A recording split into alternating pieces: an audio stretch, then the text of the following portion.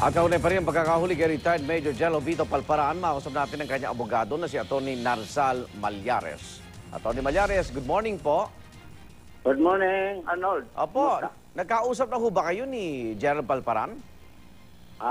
Sa ngayon yung partner ko nagsabi sa akin at hinihintay ko lang yung mga kamag-anak niya na maaaring ako'y tatawagan o ipaalam sa akin. Kasi sa ngayon, siyempre, hindi natin malaman kung anong tamang hakbang ang gagawin ni General Palparaan dahil hindi naman niya siguro inasahan na gano'n ang mangyari. Opo. Pero bilang abogado ho, ano mga nakahandang legal na aksyon ninyo kaugnay ng kanyang pagkaka-aresto po, attorney? Siyempre, kung ano nararapat. Dahil as of now, katulad ng mga ibang akusado, mahirap man at mayaman at kilala sa lipunan, they are presumed innocent until proven guilty. Opo. Alam mo naman, sa ating pag-aaral, a criminal complaint is not synonymous with guilt. So, alam mo, maraming mga dahilan yan eh. Opo. Iba gusto mo papugi, public pressure, para ika nga ang taong inosente na gumagawa lang kanyang trabaho para sa bayan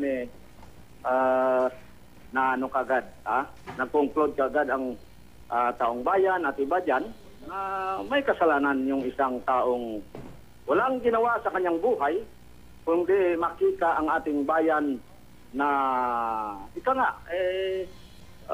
matiwasay at kaaya-aya na tayo'y mamuhay sa sitwasyon na nakakalungkot na dito sa ating bansa. Atty. Malyares, nung siya ho ba'y nagtatago, may komunikasyon ba ho kayo sa kanya o wala? Paminsan-minsan, pero naputol dahil alam naman ninyo, sa ating intelligence community, masyado ng advance yung ating komunikasyon, baka natasagap sa ere, kaya understandable naman yon. At siyempre, nanatili akong naging loyal sa aking kliyente na walang sino man makakaalam dahil yung 2 milyon yan, kulang yun para sa reputasyon natin nga ikapakanulo natin yung mga taong naniniwala at nagbigay ng tiwala sa atin. Wala kayong planong puntahan muna siya sa NBI, attorney?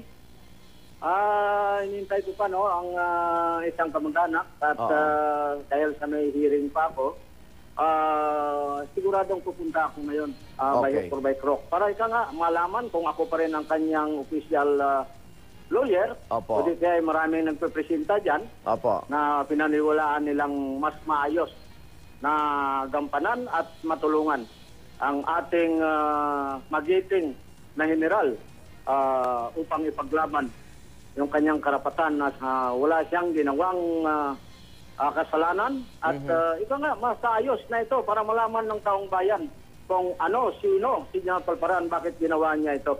Okay. Atty. Maraming salamat po. Good morning. Good morning, Arnold.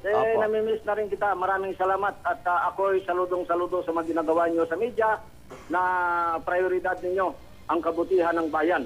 Maraming salamat. God bless. Good day sa ating lahat. Kayo rin po, Atty. Narsal Malyares po, abogado ni retired Major General Vito Palparaan.